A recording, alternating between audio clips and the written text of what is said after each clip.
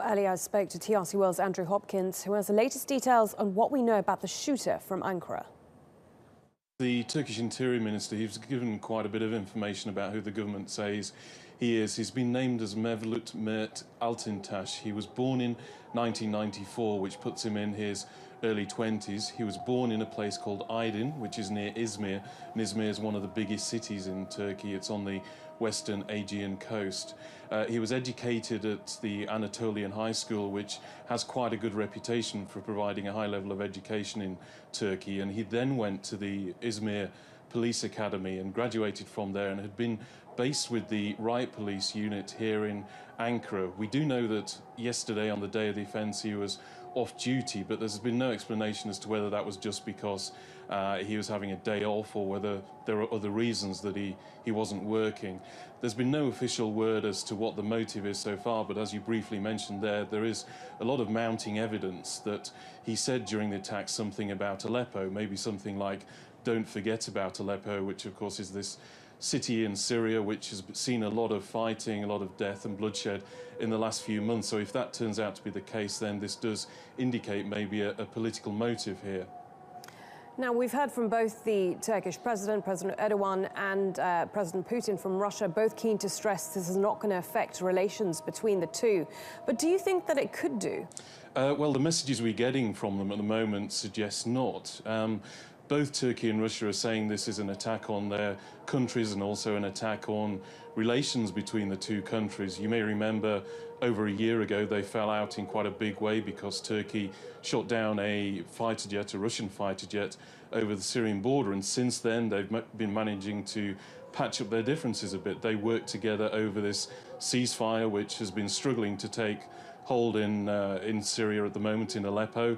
And also the Turkish foreign minister, he's actually in Moscow right now. He's gone there to talk to Russian officials and Iranian officials to try and work out ways to try and stop the war in Syria, and that's a date that had been in the diary for a few days now.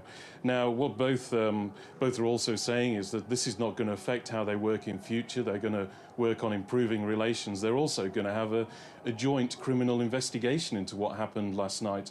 The only point of discord really is that Vladimir Putin has been looking for assurances from Turkey about the security of his diplomats working here, but apart from that, they're publicly at least, they're singing from the same hymn sheet.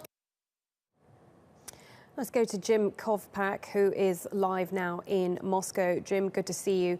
The big question for many is how relations between Turkey and Russia could be impacted by this incident.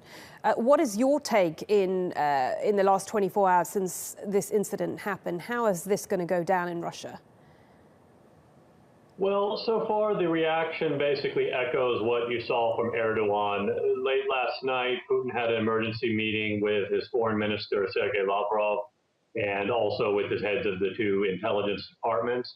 And he called it, he said this is undoubtedly a provocation aimed at hurting Russo-Turkish relations and disrupting the peace process in Syria.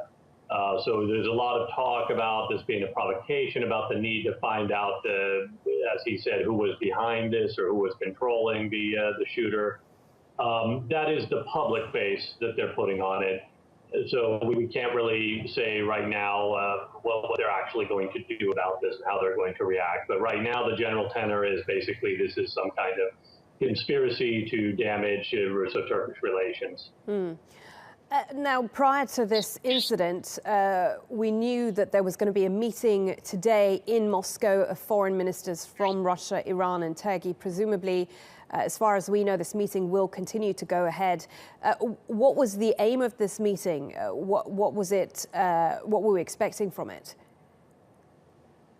Well, what I would expect from it is that these partners are basically going to discuss what the next move in Syria is with the fall of Aleppo. Most people are looking at Idlib now as the next place where the regime is going to turn its attention. And of course, the regime, by regime I mean Bashar al-Assad in Syria, and of course he has the full backing of Russia militarily. At the same time, there's been a setback, which of course is the Islamic State retaking Palmyra, so they will have to deal with that in some way as well. I'm sure that's going to be part of the discussion. OK, Jim, many thanks for that. Jim Kovpak, our reporter there in Moscow.